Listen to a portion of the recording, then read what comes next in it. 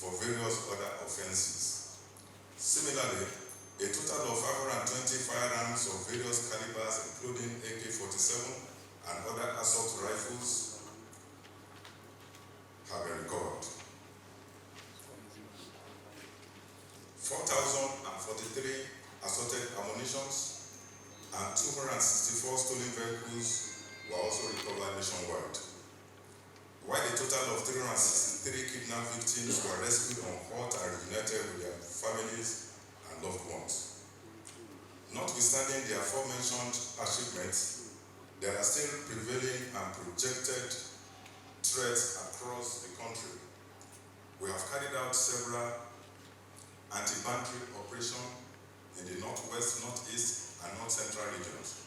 while efforts have been intensified to minimize incidences of farmers-herders clashes through actionable intelligence from the Force Intelligence Bureau and communal engagements toward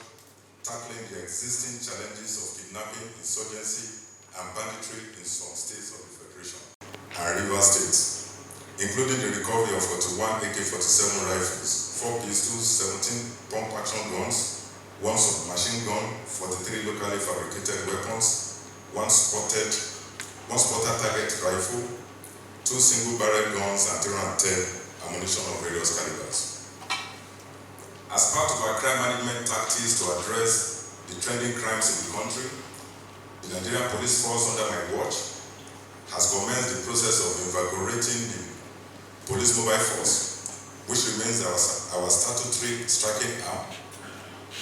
We have started the process of mobilizing 40,000 strong and willing police personnel who are expected to be drawn from the existing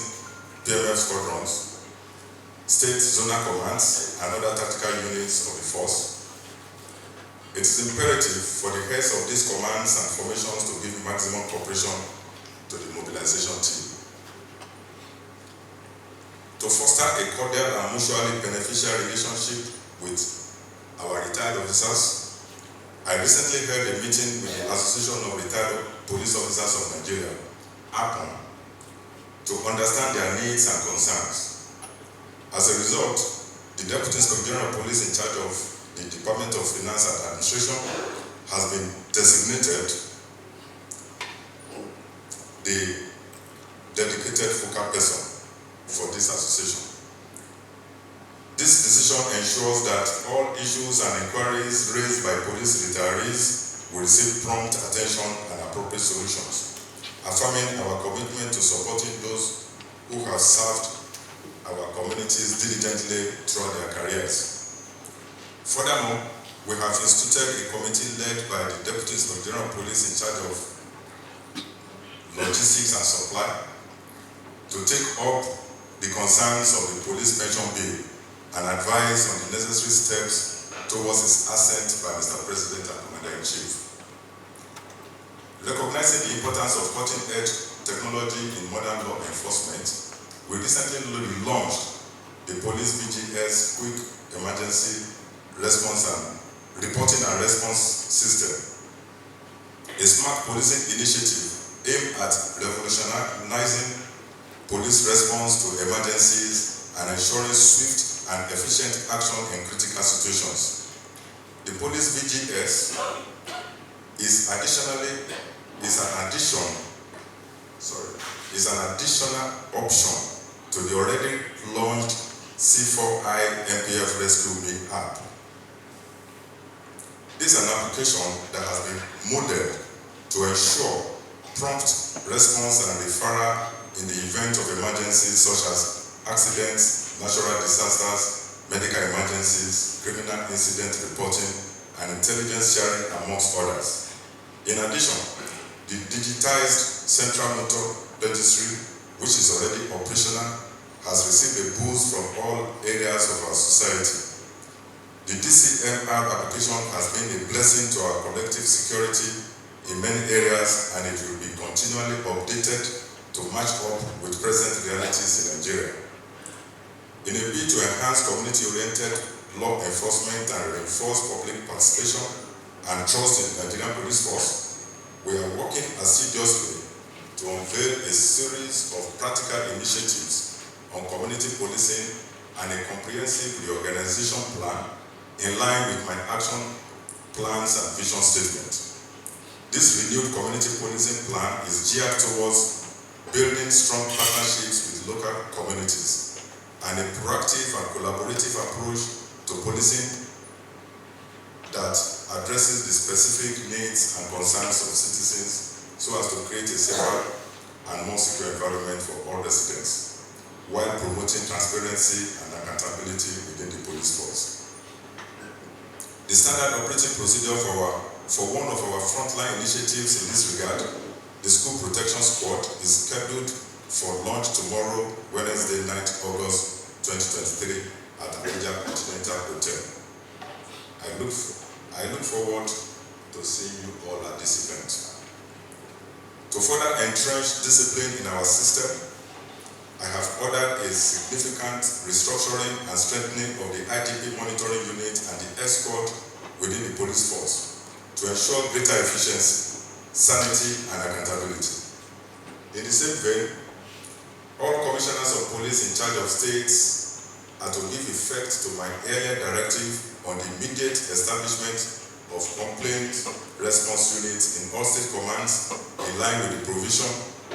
of 131(1) of the Nigerian Police Act 2020 to complement the efforts of the restructured IGP monitoring unit and escort for better service delivery.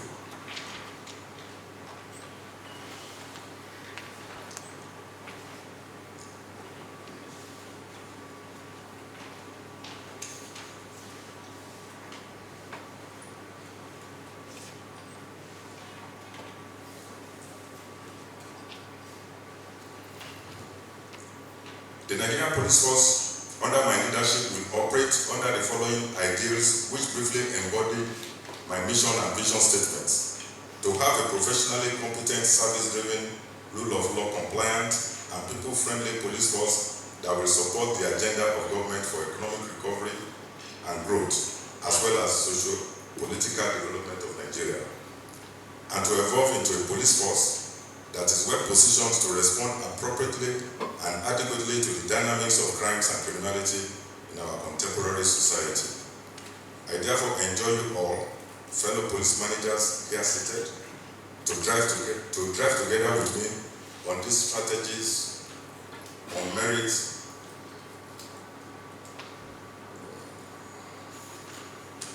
on these strategies.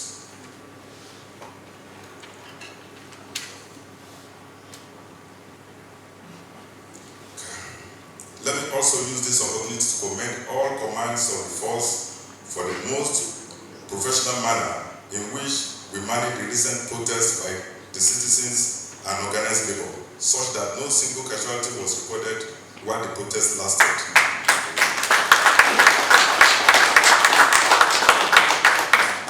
I commend Nigerian citizens and the labor leaders for also conducting themselves in the most peaceful manner. Indeed, the overall conduct of police officers in the management of the protest should henceforth be adopted as a template for operational control of protests across the country. In this vein,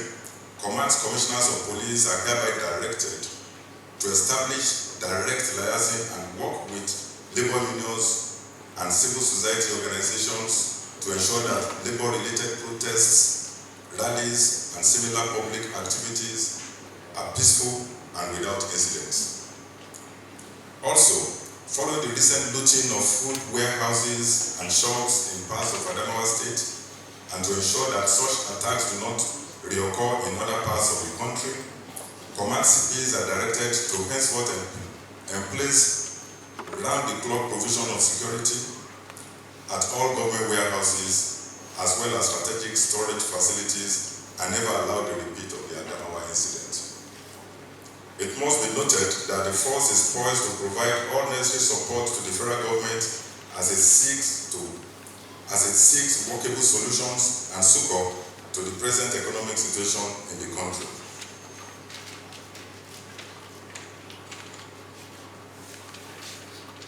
At this junction, I wish to assure law-abiding citizens of this country of the commitment of the Nigerian Police Force to a peaceful and serene civil space. We urge you to engage the police on suspicious individuals, groups, or activities in your communities and avail us actionable intelligence as we are poised to ensure the confidentiality of such processes, even as we take necessary steps to avert the crimes. If you see something, endeavor to say something. As we continue to uphold the framework that has been producing the recorded gains in securing our dear nation, I implore the media practitioners to be objective in reporting police actions and policies and engage in constructive criticism of our actions and inactions. We will continue to leverage the aids from the federal government and other well-meaning Nigerians, home and abroad, as we re-evaluate internal security dynamics and adapt our policies towards ensuring that the current downward trend in crime across the country is sustained. While I look forward to a professionally rewarding season with you,